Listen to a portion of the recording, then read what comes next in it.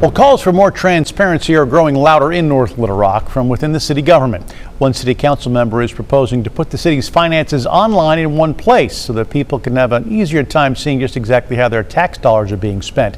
However, not everyone in the city is ready to move forward with that particular plan. Mike Rogers joining us now live in North Little Rock City Hall with more on this. Mike, what can you tell us about the plan and the opposition to it? About North Little Rock City Councilman Nathan Hamilton is pushing for what he calls an online checkbook, an ability for residents to check city spending in real time. He says it will boost transparency, but the city's chief financial officer is urging caution about potential security risks.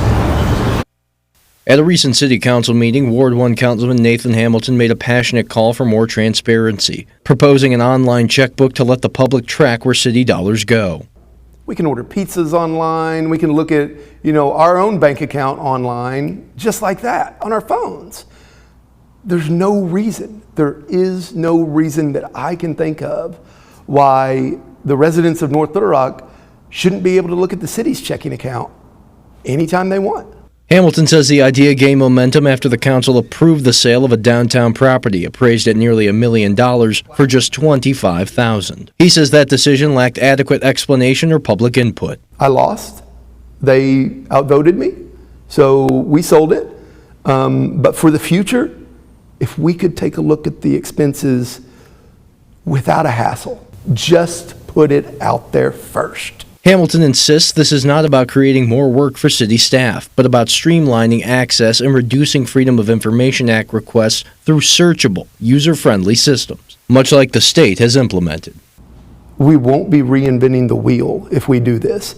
The time and energy spent on FOI requests, it would be cheaper just to spend for some software to put all of this on the web. But CFO Amber Strain says transparency must be balanced with security. She warns that online financial systems can become targets for cyber criminals, especially when vendor payment details are exposed. Why make it easier for the bad actors, the ones who want to have a financial gain from stealing for you or disrupt your key city services? Strange says implementing such a system will require research, vendor vetting, and budget allocation, all things that take time. She stresses that while she supports transparency, cybersecurity and responsible budgeting can't be overlooked. And it's not something that you rush into. You take time and make sure you're evaluating it properly. I can't say what the council members would do, but we have to evaluate the risk.